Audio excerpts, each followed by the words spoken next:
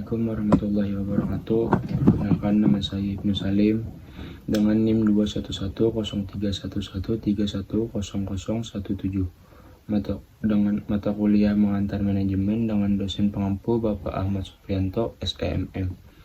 Hari ini saya akan mempresentasikan tentang dampak dimensi internasional terhadap kejadian perang Rusia-Ukraina. Dampak perang Rusia-Ukraina menurut sejumlah peneliti tidak hanya akan dirasakan kedua negara tersebut serta pendukungnya, tetapi juga secara global. Dampak tersebut salah satunya mengenai sektor ekonomi dan politik.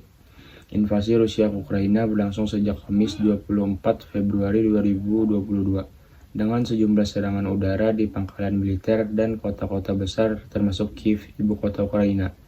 Dikutip dari CNN, invasi Rusia tersebut mengakibatkan sanksi besar-besaran oleh negara-negara barat untuk merusak ekonomi Rusia dan menegaskan Presiden Rusia Vladimir Putin sebagai pihak bersalah.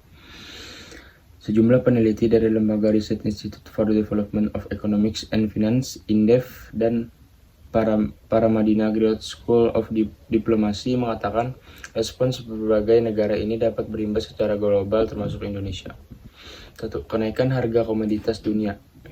SH mengatakan perang dapat berisiko pada kenaikan harga komoditas dari Rusia-Ukraina. Ia menjelaskan Rusia adalah salah satu produsen dunia minyak bumi, kalsium karbonat, potas, bahan baku pupuk, dan industri pertambangan seperti nikel, aluminium, dan palladium. Rusia dan Ukraina juga merupakan negara pengekspor utama gandum. Ia menambahkan perang Rusia-Ukraina dapat berdampak pada kenaikan harga minyak bumi yang diperkirakan mencapai lebih dari $100 per barel. Sementara itu, harga bahan bakar minyak meningkat di Amerika Serikat dan Eropa sebesar 30%. 2. Pemulihan ekonomi pasca COVID-19 terancam lebih rendah. Jika perang berlanjut, kata SH, pemulihan ekonomi global juga terancam akan lebih rendah dari prediksi awal. Ia mengatakan, pemulihan ekonomi dunia post-COVID-19 dengan ancaman inflasi sebelumnya telah terlihat di beberapa negara maju seperti Amerika Serikat hingga Indonesia.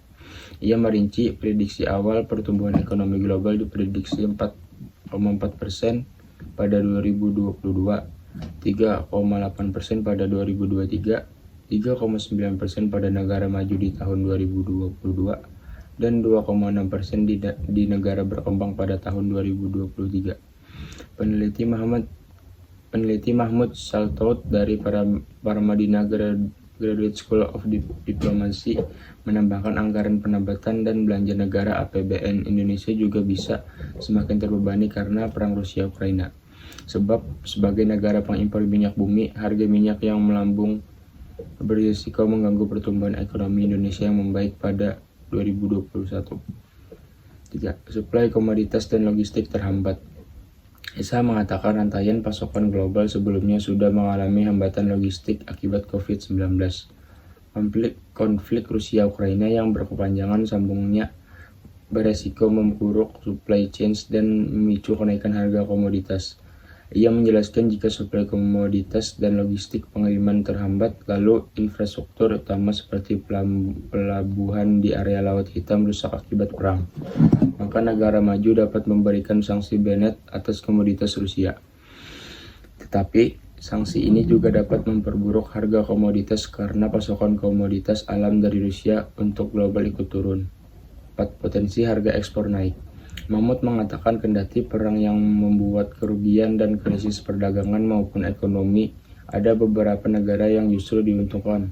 Ia mencontohkan negara penghasil emas, perak, aluminium, dan nikel seperti Indonesia mengalami kenaikan harga komoditas saat konflik Rusia-Ukraina berlangsung. Ia menambahkan negara lain penghasil minyak, gas bumi, perak, emas, nikel, dan aluminium, hingga palladium juga mengalami kenaikan ini. Untung dan rugi secara ekonomi maupun perdagangan dalam konflik Rusia-Ukraina ini bukan hanya bergantung pada sisi mana kita berpihak secara politik ke Rusia atau ke Ukraina, tapi juga bergantung pada interdependensi perdagangan kita. Apakah dengan jejaring dagang aliansi besar Rusia ataukah aliansi Ukraina, US, EU, dan juga secara khusus pada komoditas ekspor dan impor, kata Mahmud. 5. Aliansi Rusia dapat antisipasi perluasan konflik.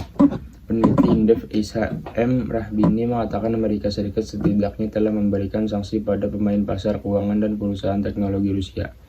Ia menjelaskan, kendati berdampak pada ekonomi Rusia, negara ini masih mungkin mendapat bantuan keuangan dan perdagangan dari China. Peneliti Ahmad Khairul Umam dari Paramadina Graduate School of Diplomacy menambahkan, negara-negara di Asia Tenggara harus mengantisipasi perluasan konflik agar tidak berpindah ke kawasan Asia Tenggara. Ia mengatakan konsolidasi kekuatan di kawasan Indo-Pasifik sebelumnya dibuat melalui deklarasi Fakta Pertahanan Australia, United Kingdom, dan United States of America AUKUS pada September 2021. Jangan sampai Asia Tenggara, khususnya Indonesia, menjadi ajang medan pertempuran dan adu pelanduk di antara dua kekuatan besar di kawasan. Perlu komitmen semua negara di kawasan yang harus terus ditegakkan untuk menghadirkan kerja-kerja diplomasi dan komunitas politik yang jujur, transparan, dan akuntabel. Sekian presentasi dari saya. Terima kasih. Assalamualaikum warahmatullahi wabarakatuh.